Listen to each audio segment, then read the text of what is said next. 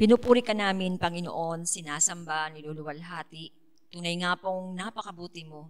Walang papantay sa kabutihan mo, sa mga bagay na ginagawa mo sa aming mga buhay. Ngayon pong umaga na ito, patuloy na kami ay dumarako sa iyong banal na harapan. Saliksikin mo po ang aming mga puso. Kung meron mang kaming kasalanan, kalikuan, mga bagay na hindi maganda na nasabi, nagawa, naisip, patawarin mo po kami at hugasan mo po kami ng iyong banal na dugo. Gawin mo po kaming marapat ngayong umaga na ito na makinig na iyong salita. Buksan mo ang aming mga puso. Hayaan mong ang katotohanan ng iyong salita ay makapasok at tunay ngang gumawa ng mga bagay na dapat gawin sa aming puso, sa aming buhay. Itinitiwala ko po sa iyo, Banal na Espiritu, ang aming pag-aaral na ito. Nawa po, O Diyos, ikaw ang maluwalhati, ikaw ang maitaas. Tunay nga po, lahat ng bagay, Panginoon, ay ini-offer namin sa iyo, iniaalay namin sa iyo sa tanging pangalan po ng iyong anak na si Jesus. And everybody say, Amen and Amen. Magandang umaga po sa inyong lahat. Minsan pa po ay tunay nga na sabi ko nga po dun sa prayer, napakabuti ng Diyos. At alam ko po na bawat isa po sa atin ay nararanasan yung kabutihan ng Diyos. Walang araw, walang oras, walang minuto na hindi natin naranasan ang kanyang kabutihan. At dapat po, lagi po tayo nagpapasalamat. Lagi yung presensya ng Panginoon, yun po yung ating hinahanap. Ngayon po umaga na ito, nais ko po na magsimula sa isang kwento bago po tayo dumako sa pagpapahayag ng salita ng ating Panginoon. Sino po dito yung nakasakay na ng eroplano? So siguro marami po sa atin o lahat po tayo, naka-experience na po tayo na tayo'y pupunta sa isang lugar at sasakay tayo sa eroplano. Ako po, yung first time na ako ay sumakay sa eroplano, ito po ay papunta ng ibang bansa. Ito po yung sa Hong Kong. So, pag sinabi mong ibang bansa, talagang excited ka. Ito po ay koneksyon. May koneksyon dun sa aking trabaho.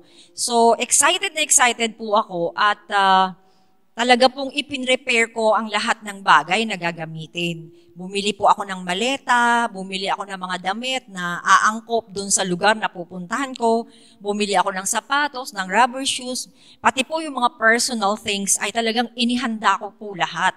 Dahil hindi ko po alam kung ano yung daratnan ko doon sa Hong Kong. Hindi naman po kasi hotel yung titirhan ko. So, in short, nung maihanda ko po lahat yan, excited na po ako. May ticket na ako, may passport na ako. At 1 week before, talaga pong nakakatuwa dahil inuulit-ulit ko yung pag-e-empake. Siyempre, first time po nandun yung excitement. Ang gagawin ko po, ilalagay ko sa maleta, tatanggalin ko, ilalagay ko sa maleta, tatanggalin ko, iisipin ko, ano ba yung kulang? So yung preparedness po sa pagbiyahe ay talagang ginawa ko po. Ang isa nga lang pong malungkot ay mag-isa lang po akong sasakay ng eroplano. First time na sasakay at papunta sa ibang bansa. So nandun po yung excitement at saka nandun po yung kaba. Ano ba yung aking daratnan? Ano ba yung mangyayari sa akin? First time na papasok ako dun sa airport. So yun po yung tumatakbo sa aking puso, sa aking isip, pero mas nakakahigit yung excitement. So sa atin pong buhay, maikukumpara din po natin ang ating ginagawa as of now o nangyayari sa atin bilang paghahanda sa pagpasok doon sa kaharian ng ating Panginoon. Talaga po na kinakailangan na lagi po nating naunawaan na tayo ay merong journey. Meron po tayong papupuntahan. Kung ako po noon ay papuntang Hong Kong, ngayon po bilang mga Kristiyano, saan po ba tayo pupunta? So, ang kinakailangan pong maunawaan po natin ay yung paghahanda, yung salita na paghahanda. Kapag merong isang bagay na gagawin, may lugar na pupuntahan o tatapusin na mga task, talaga pong nandun yung paghahanda natin. So tayo po bilang mga Kristiyano, alam naman po natin, nung tayo ay tumanggap sa Panginoon, Isa lamang po yung destiny. Isa lamang yung pupuntahan natin. Ito po ay sa piling ng ating Panginoon. Kaya po tayo nagtsatsaga, di po ba? Kaya tayo nagtitiis kahit maraming trials, maraming mga pagsubok, maraming hirap, sakit na pinagdadaanan, tayo po ay nagtsatsaga, nagpe-prepare. Pero meron pong mga Kristiyano na nakakalimot when it comes to preparation.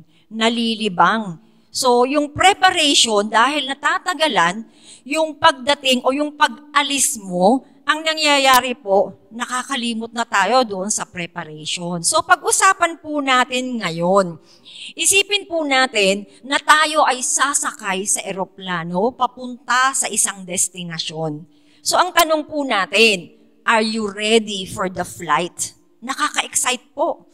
Kung hindi nyo pa nasubukan na kayo ay sumakay sa eroplano, talaga pong ibang klaseng excitement. Yung ikaw ay papunta na, papasok na dun sa eroplano, at yung eroplano ay lilipad na. Ibang klase po talaga. So, ganun din po sa ating mga buhay. At nais ko pong tingnan po natin yung teksto po natin na gagamitin ngayong umaga na ito. Makikita po natin to sa 1 Corinthians 15 verses 51 to 54. At nais ko pong ito ay basahin. Ang sabi po doon, "Listen, I tell you a mystery. We will not all sleep, but we will all be changed. In a flash, in the twinkling of an eye, at the last trumpet. For the trumpet will sound, the dead will be raised imperishable, and we will be changed." 53, "For the perishable must clothe itself with the imperishable, and the mortal with immortality." Verse 54, "When the perishable has been clothed with the imperishable, and the mortal with immortality, then the saying that is written will come true, death has been swallowed up in victory." So meron pong binanggit dito, in a flash, in a twinkling of an eye, at the last trumpet. So tandaan po natin yung sinabi na yan sa 1 Corinthians 15 verses 51 to 54. Tingnan po natin yung 1 Thessalonians 4:13 verse hanggang 18 po. Sabi po doon, "Brothers and sisters, we do not want you to be uninformed about those who sleep in death, so that you do not grieve like the rest of mankind, who have no hope. 14, "For we believe that Jesus died and rose again, and so we believe that God will bring with Jesus those who have fallen asleep in Him." Verse 15, "According to the Lord's word, we tell you that we who are still alive, who are left until the coming of the Lord, will certainly not precede those who have fallen asleep." Verse 16, "For the Lord Himself will come down from heaven in a loud command with the voice of the archangel and with the trumpet call of God, and the dead in Christ will rise first." Verse 17, "After that, we who are still alive and are left will be caught up together with them in the clouds to meet the Lord in the air, and so we will be with the Lord forever." So, makikita po natin dito na muli ipinakita po kung ano yung pwedeng mangyari habang tayo po ay naghihintay sa ating Panginoon. Hindi man po binanggit yung word na rapture, pero yung pong ibig sabihin ng rapture na caught up or snatched away, ay binanggit po dun sa mga talata na ating binasa. Actually po, meron pong dalawang stages ang pagdating ng ating Panginoon. Una po, darating po ang Panginoon sa pangalawang pagbabalik po niya. Bakit po niya gagawin? Una, patutunayan po niya, He is the Son of Man. Makikita po natin yan sa Matthew 24 verse 27 at sa Matthew 24 verse 30. Sabi po doon, "Then will appear the sign of the Son of Man in heaven, and then all the peoples of the earth will mourn when they see the Son of Man coming on the clouds of heaven with power and great glory." Ito po yung isa sa purpose kung bakit siya magbabalik ng pangalawa. Pangalawang reason po, for Israel's deliverance. Mahal na mahal po ng Panginoon ang bansang Israel. Kaya darating po ang Panginoon to deliver Israel. So makikita po natin yan sa Zechariah 14 verse 3. Ang sabi po doon, then the Lord will go out and fight against those nations as he fight on a day of battle. Ipaglalaban po niya to deliver his nation, ang bansang Israel. Darating din po siya publicly. Ipapakita po niya sa buong mundo, sa lahat ng tao na tunay nga po, makikita siya on the cloud na dumarating. Hindi lang po yun, he will take vengeance on his enemies. Ito po yung final na ang kaaway ng Panginoon, dito po niya igagawad ang kaparusahan. Pero bago po mangyari yung apat na bagay na yon, meron pong unang sitwasyon, yung first stage na dapat mangyari. Ano po yon? Ito nga po yung rapture of the church. Kinakailangan na kapag dumating na yung sinasabi po natin na 7 years of tribulation, ang mga anak ng Diyos ay wala na sa mundong ito para hindi po nila maranasan yung paghihirap. Tingnan po natin yung 7 truths contained in verses 16 and 17 ng 1 Thessalonians. Ano nga po ba yung katotohanan ng rapture of the church? Number 1 po, the Lord's coming will be personal. Ang pagbabalik po ng Panginoon is hindi anghel ang ipapadala niya, hindi Holy Spirit. Ang darating po mismo ay ang ating Panginoon. So, di po ba pag ang Diyos mayroong pagagawa, ang dumarating mga anghel. Pero this time, at the rapture of the church, si Jesus mismo ang darating. So, ganun din po, the coming of the Lord will be sudden and dramatic. Talaga po na biglang-bigla. Parang ganito lang po, kumarap yung mata mo. Pagdilat mo, iba na yung sitwasyon. So, in the twinkling of an eye, isang kurap, tas bigla na po na nagbago ang inyong kapaligiran. Ang sabi po doon, di po ba, a loud command with the voice of the archangel and with the trumpet call. So, every believer ay maririnig po yung trumpet call. Ulitin ko po, every believer. Sila lamang po yung makakarinig ng trumpet call. Hindi po ito maririnig ng sanlibutan. Yung mga mananampalataya lamang po. Sudden and dramatic. Magugulat po tayo sa gagawin o sa pangyayari na ito ng rapture. Hindi po ito secret. Ito po, maraming magugulantang na mga tao, yung mga maiiwan dito na suddenly nawala yung mga mahal nila sa buhay, yung mga kakilala nila na nakakilala sa Panginoon. Pangatlo po, when He comes, the dead in Christ will rise first. Yung mga namatay po natin, hindi po ba pag may namatay tayo, mga mahal sa buhay, talaga po umiiyak tayo, nalulungkot tayo kasi hindi na natin sila makikita.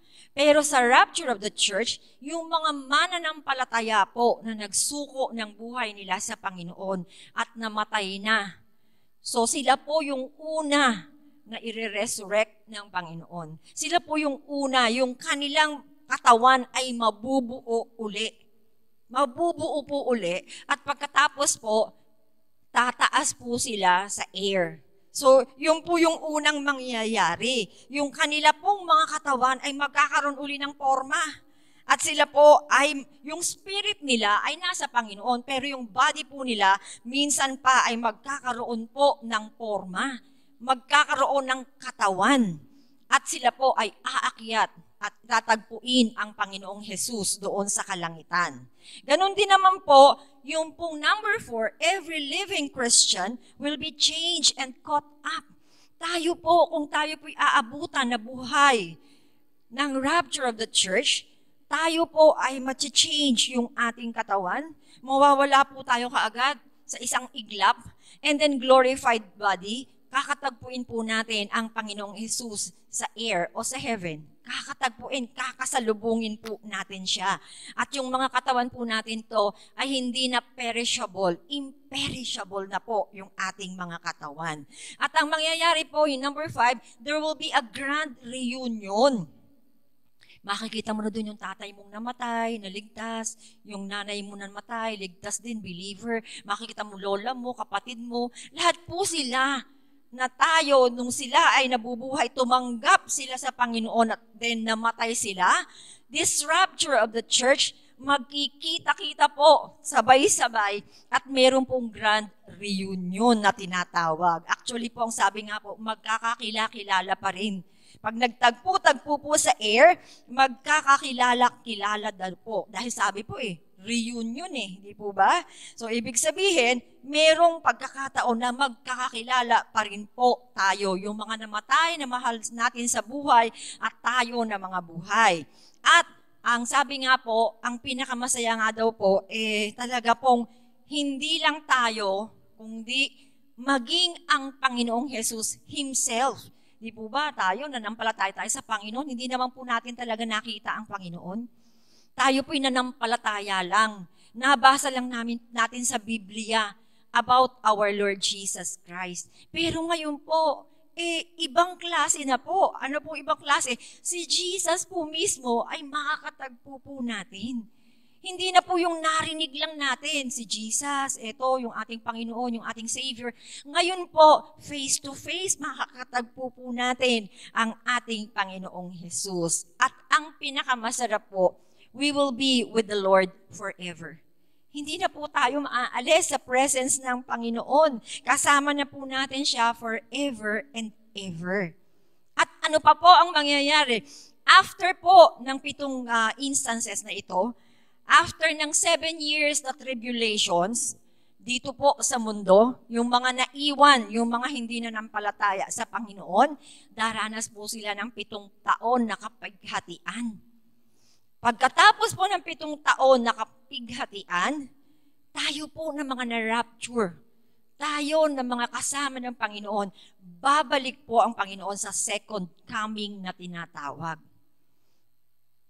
Ano po ang ating gagawin?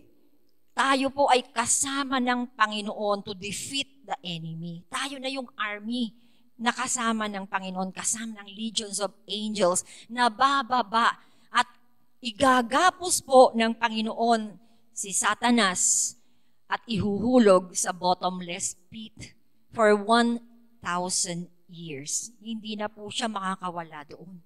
So yung po yung magiging role natin, makakasama natin ng Panginoon forever and ever at kasama tayo sa army ng Panginoon na babalik after 7 years to defeat the enemy. So yung po yung mga na-rapture. Ito po tayo, kung tayo po ay kasama sa mara-rapture, tunay nga po nakaparte tayo nung army ng Panginoon na yun. Kaya napakahalaga po na nauunawaan natin, ano nga ba yung rapture? Yung iba po, akala nila hindi totoo. Yung iba, nagwawalang bahala lang po. Sabi nila, kasi po pagka yun sa 7 years tribulation, talaga po na kapag ikay naiwan at hindi ka nagpatatak ng 666, pwede ka pang maligtas. So ang sabi nung iba, magpapatatak na lang, hindi ako magpapatatak, hayaan mo nang maiwan ako. Hindi ako magpapatatak. Pero ang sabi ko nga po sa kanila, paano kung halimbawa isang nanay ka? Pagkatapos yung anak mo, ang sabi sa'yo, pag hindi ka nagpatatak ng 666, re-rapin ko yung anak mo sa harap mo. Ano kaya ang gagawin mo? O kung meron kang anak na gutom na, pagkatapos magpatatak ka ng 666, pagkatapos ngayon, ano gagawin mo? Magpapatatak ka. So, bibigay ka. Talaga pong matindi po yung persecution pagdating ng 7 years na tribulation na siguro po later on natin i-discuss. Ang topic lang po natin ngayon is about the rapture of the church. Kaya gusto ko po mag-focus doon. Ngayon, ang tanong po, sino yung mga mara-rapture? Di po ba? Sino yung mga mara-rapture? Tingnan po natin yung 5 bagay. Number 1 po, those who are in Christ at His coming. Ikaw ay nasa Panginoon sa pagbabalik ng Panginoon. Ang sabi po sa John 1:12, yet to all who did receive Him, to those who believe in His name, He gave the right to become children of God. So ang tanong, ikaw ba'y nasa Panginoon? Kung ikay nasa Panginoon, pwede kang makasama sa rapture. Ang sabi po sa 2 Corinthians 5:17, therefore, if anyone is in Christ, the new creation has come, the old has gone, the new is here. So mayroong pagbabago po sa atin nung tanggapin natin ang ating Panginoon. Nananatili po ba siya sa atin o hindi? So kung nananatili po ang Panginoon sa atin, then we are candidate for rapture. Pangalawa po, those who earnestly desire His appearance.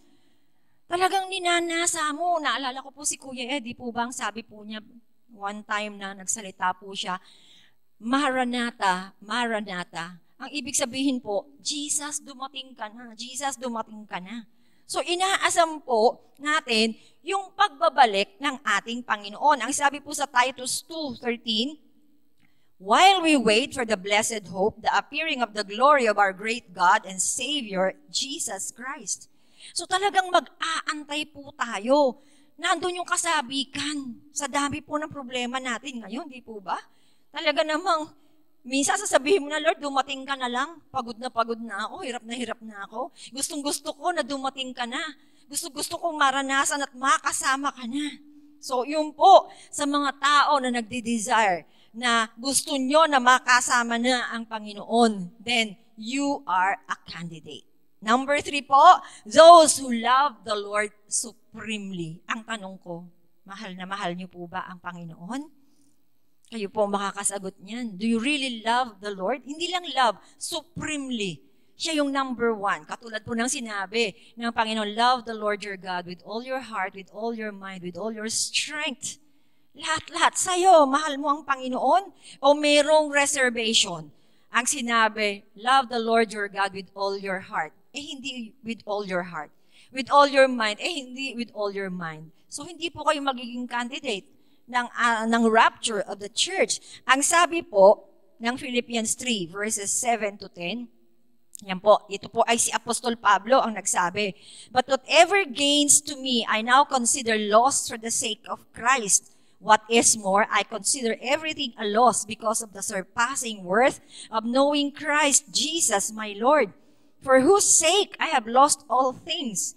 I consider them garbage that I may gain Christ and be found in Him, not having a righteousness of my own that comes from the law, but that which is through faith in Christ. So talagang makikita po natin na si Apostol Pablo, ibang klase po.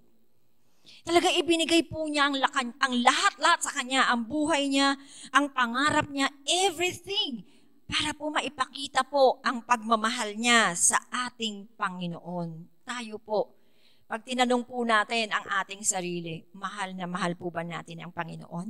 O merong area ng ating buhay na kulang sa pagmamahal sa ating Panginoon? Baka po nais ng Diyos na mahalin pa natin siya. Baka po may area po tayo ng ating buhay na kinakailangan pa na magpakita ng pagmamahal sa ating Panginoon. Ang sabi nga po nung John 14:15, if you love me, keep my commands. Baka po may mga utos ang Panginoon na hindi natin sinusunod. Ang ibig sabihin, hindi po tayo nagmamahal sa Panginoon. Kasi sabi ng Panginoon, if you love me, kung mahal mo ang Panginoon, ang mga utos niya ay susundin mo. Di po ba? So, search our heart and let the Holy Spirit, hayaan po natin na saliksikin ang ating mga puso. Baka po may mga area ng ating buhay na kulang po tayo ng pagmamahal para sa ating Panginoon. Baka may reservation pa. Para po tayo maging candidate, kinakailangan mahal na mahal po natin ang ating Panginoon. Amen po ba? So, isa po siguro sa mga preacher na hinahangaan ko talaga is si D.L. Moody.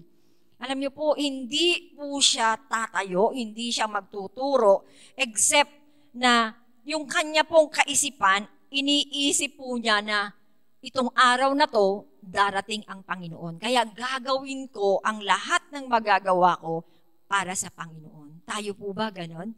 Dahil po mahal natin ang Panginoon, ginagawa po natin ang lahat ng bagay para sa Kanya. And we expect na talaga pong darating ang Panginoon at siya'y masisiyahan sa Kanyang makikita sa ating mga buhay. So, isa pa po sigurong kwento ganito po meron po isang visitor na nagpunta po sa isang castle, sa Europe po ito. So ito po mga bisita na to ay namangha doon sa ganda ng castle. Yung garden, napakaganda, iba't ibang klaseng bulaklak, napakalinis. Tuwang-tuwa po yung visitor. At nung mag-lunch po sila kasama ng caretaker, yung gardener, sabi po niya, napakagandang castle, napakalinis. Sabi niya, ang tanong niya doon sa gardener, kailan pa ba nagpunta dito yung may-ari ng castle na to? Sabi po nung gardener, actually po, 10 years ago, nung huli siyang bumisita. Ang sabi po nung tao, nung bisita, bakit name-maintain mo? Name-maintain mo itong castle, name-maintain mo yung garden, nang for 10 years hindi dumarating yung amo, yung boss mo, yung may-ari ng castle na to. Ang sabi po nung gardener, kasi po kinakailangan kong gawin to dahil ako'y nagmamalasakit at nais ko po na pag dumating siya, makita po niyang maayos ang ipinagkatiwala niya sa akin. So, sabi po nung visitor, sa next week ba darating siya? Actually po, ini-expect ko po siya, ngayon siya darating. Nagulat yung visitor.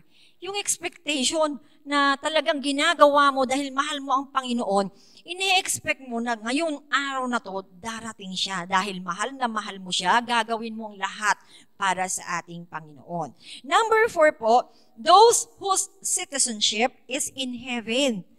Kayo po ba? Ang citizenship niyo po ba dito sa lupa? Di po ba? Hindi tayo taga rito. We're just passing through. Dumaraan lang po tayo dito. Gusto ko pong paalalahanan kayo. Baka po akala nyo taga lupa kayo. Kung kayo tumanggap sa Panginoon, hindi po tayo citizen ng mundo na ito. Tayo po ay citizen of heaven. Ang sabi po sa Philippians 3:20-21, but our citizenship is in heaven, and we eagerly await a Savior from there, the Lord Jesus Christ, who by the power that enables him to bring everything under his control, will transform our lowly bodies so that they will be like glorious body. So maliwanag na maliwanag po sinasabi dun sa Philippians, hindi tayo citizen dito. Baka akala mo nag-e-enjoy ka na. Baka akala mo yung mga things na nasa sayo ngayon ay i-enjoy mo dahil citizen ka ng mundong ito. Sana pag-isipan po natin yan. Ang lahat ng bagay na narito sa mundong ito, iiwan po natin yan. Kinakailangan, ang pinaghahandaan po natin, yung citizenship natin kasama ang Panginoon. All the things na ating inaipon, all the success, ano pa man po ang nangyari dito sa atin sa mundong ibabaw, lahat na po yan ay mawawala. Isa lang po yung matitira sa atin, citizenship in heaven, kasama ang Panginoon.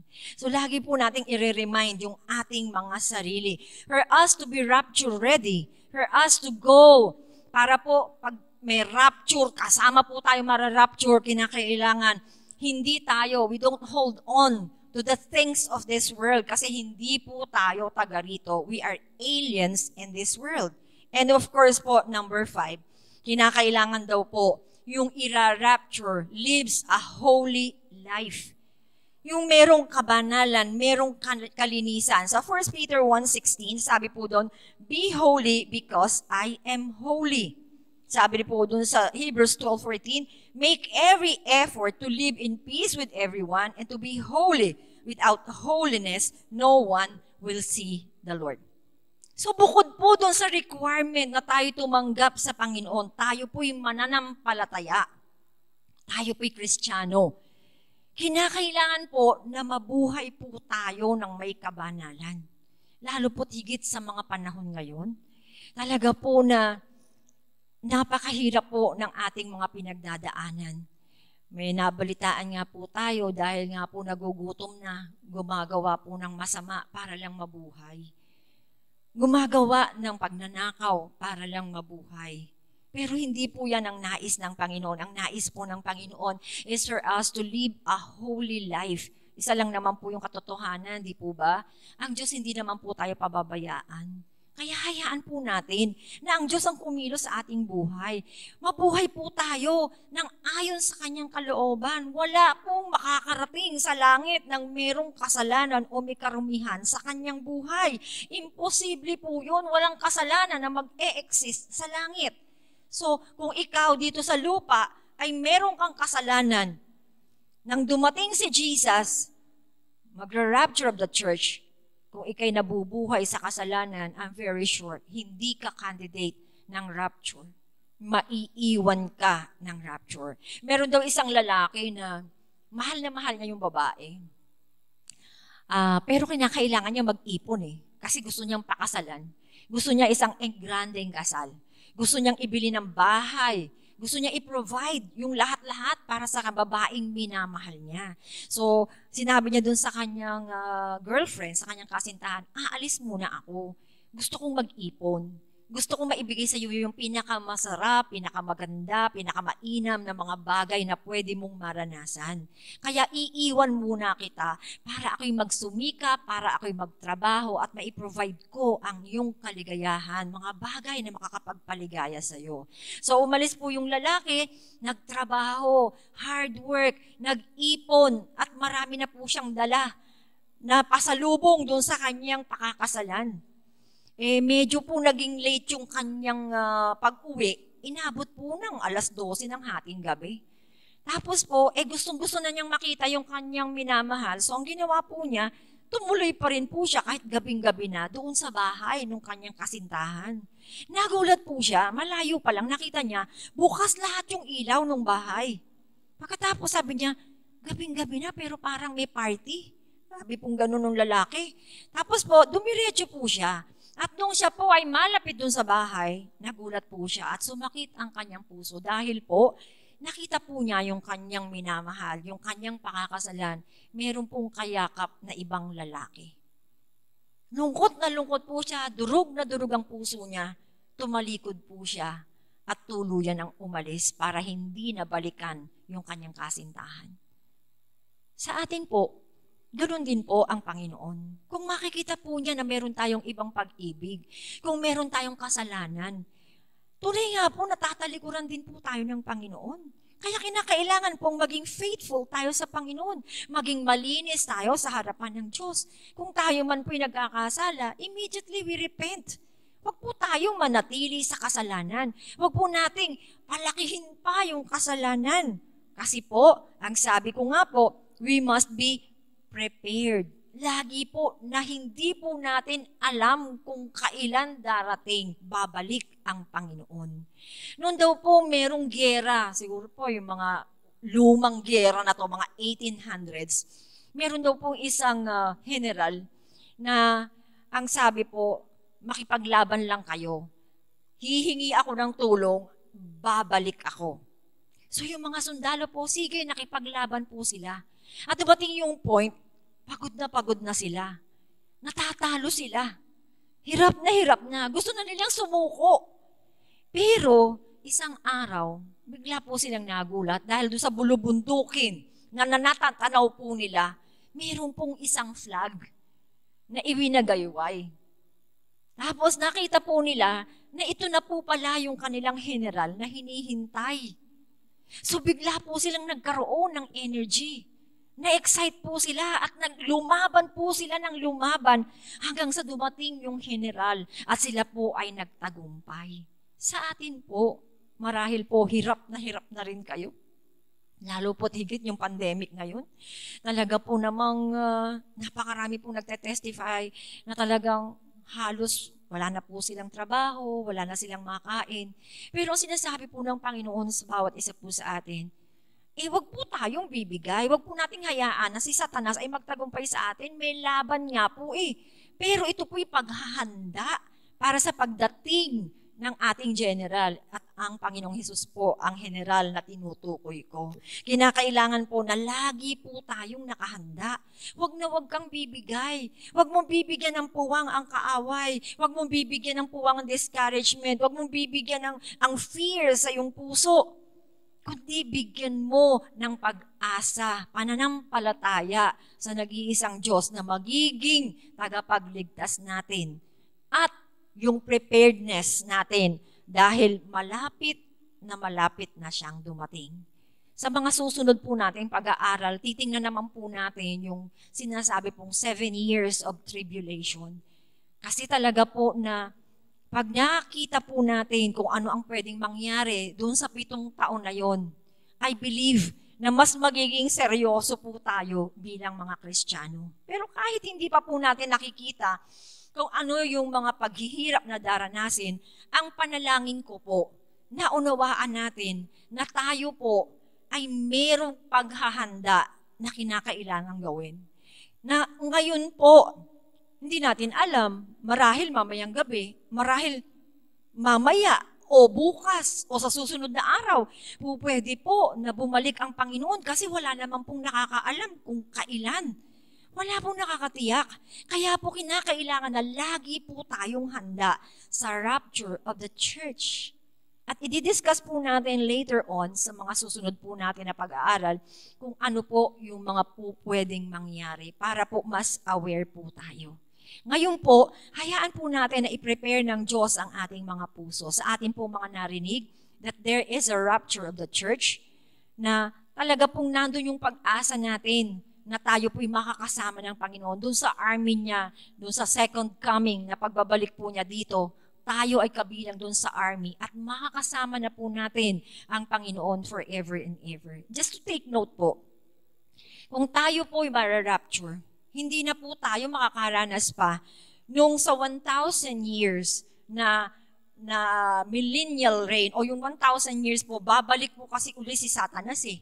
Talaga pong makakawalan po uli siya. At ang madideceive po niya ay yung mga naiwan dito.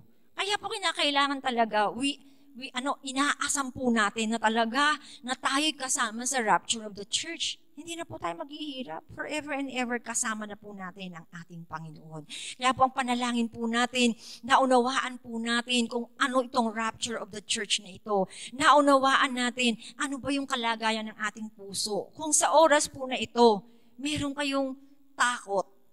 Kung sa oras na ito, walang kasiguruhan. Kung may question sa inyong isip, ako kaya'y kasama sa rapture? Pag bumalik ba ang Panginoon, ako ba'y qualified? Kasama ba ako dun sa flight na tinatawag? Ang dalangin ko po, naunawaan po natin at hayaan po natin na tayo magkaroon ng kasiguruhan. Ang tanong ko po, kayo po ba'y tumanggap na sa Panginoong Yesus? Kayo po ba, ang Panginoon po ba, ang Panginoon at sariling tagapagligtas ng inyong buhay? Minsan po ba nasabi nyo na tinanggap nyo siya? Kung natanggap niyo po siya, praise the Lord, first qualification. Pero pangalawang tanong, kayo po ba'y nabubuhay ayon sa kalooban ng Diyos? Meron po bang holiness? Minamahal po ba natin ang Panginoon? Naglilingkod ba tayo sa Kanya? Kung hindi po, this is the time para po baguhin natin yung relationship natin sa Panginoon at unahin po natin ang Panginoon sa ating mga buhay. Pwede po bang tayong lahat ay yumuko at tayo po ay mananalangin? Hallelujah, Jesus. Hallelujah. Patuloy na kami po ay dumudulog sa iyo, o aming Ama. Napakahalaga po ng aming narinig ngayong umaga na ito. Napakahalaga po na isa kami sa mga kukunin mo, Panginoon, during the rapture of the church. Hindi po kami nakakatiyak kung kailan ka babalik. Ang nais lamang po namin, Panginoon, ay makatiyak kami na makakasama kami doon sa rapture of the church. Panginoon, sa umaga pong ito, kung hindi pa po kami tumatanggap sa iyo, kung hindi ka pa namin pinapapasok sa aming mga puso, ito po yung oras o Diyos na nais naming isuko ang aming mga buhay right now. Kami po yung makasalanan, marami po kaming pagkakasala, maruming basahan. Pero ikaw, Panginoon, ay binigay mo ang iyong bugtong na anak, ang aming Panginoong Yesus, para kami matubos sa aming kasalanan. Ipinako siya sa krus na matay, muling nabuhay para sa amin. Sa oras na ito, Ama, nais po namin natanggapin ang Panginoong Yesus bilang Panginoon at sariling tagapagligtas ng aming buhay. Pumasok ka po, Panginoong Yesus, sa aming mga puso and make us your children. Isulat mo po yung pangalan namin sa aklat ng buhay sa langit upang kami maging handa sa muli mong pagbabalik.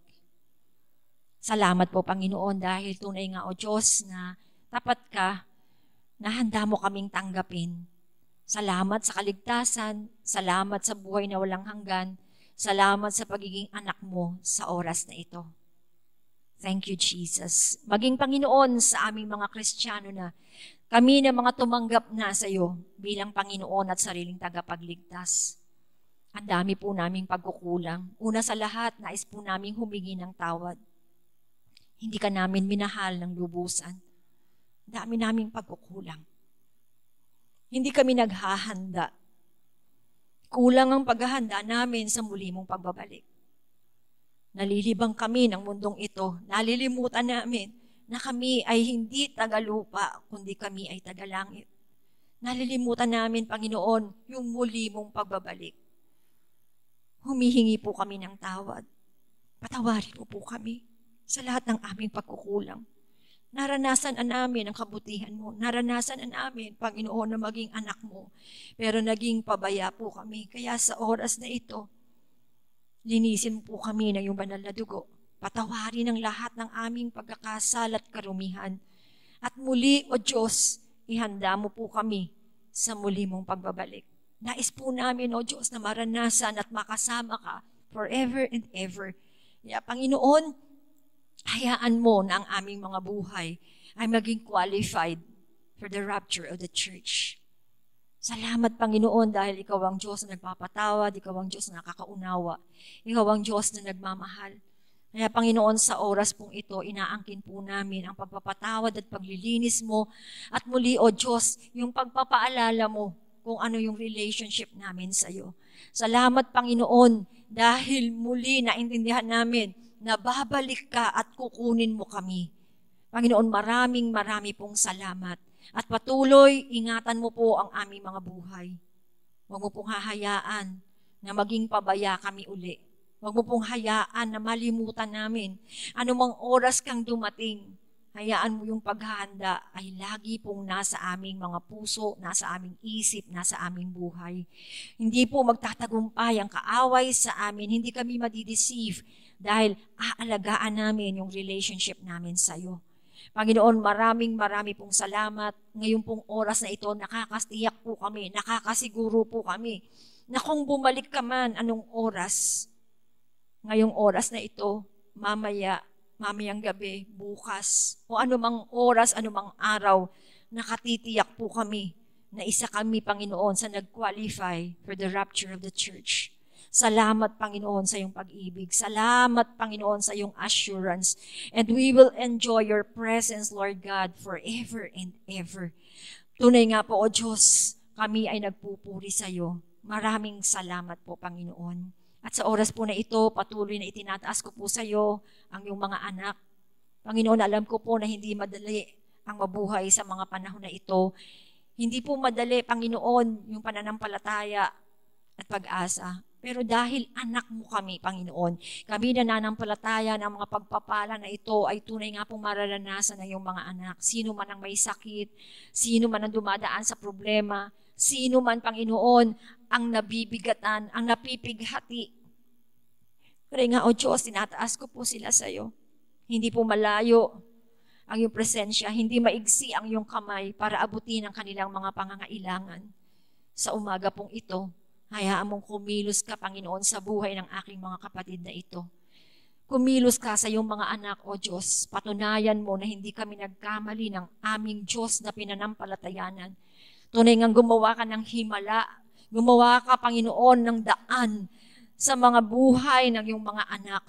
In the name of Jesus. At sa oras pong ito, kung sino man yung may sakit at karamdaman, Lord God, magmula sa aming ulo hanggang sa aming talampakan, hipuin mo ang katawan ng iyong mga anak. Alisin mo anumang gawa ng kaaway, sakit at karamdaman in the name of Jesus. In the name of Jesus. Anumang klase ng sakit at karamdaman ay hindi pwedeng magtagumpay sa katawan ng iyong mga anak. Kami anak mo. Kami minamahal mo. Kami iniingatan mo. Ang katawan na ito, it belongs to you, O God. At hindi mo hahayaan na ang sakit at karamdaman ay magpatuloy sa katawan ng iyong mga anak. Kaya sa oras na ito, dinedeklara namin, Panginoon, you are Jehovah Rapha.